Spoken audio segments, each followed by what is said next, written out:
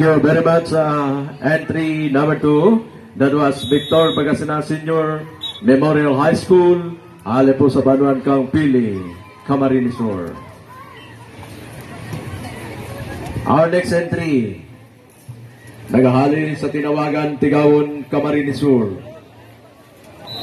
Tinawagan National High School.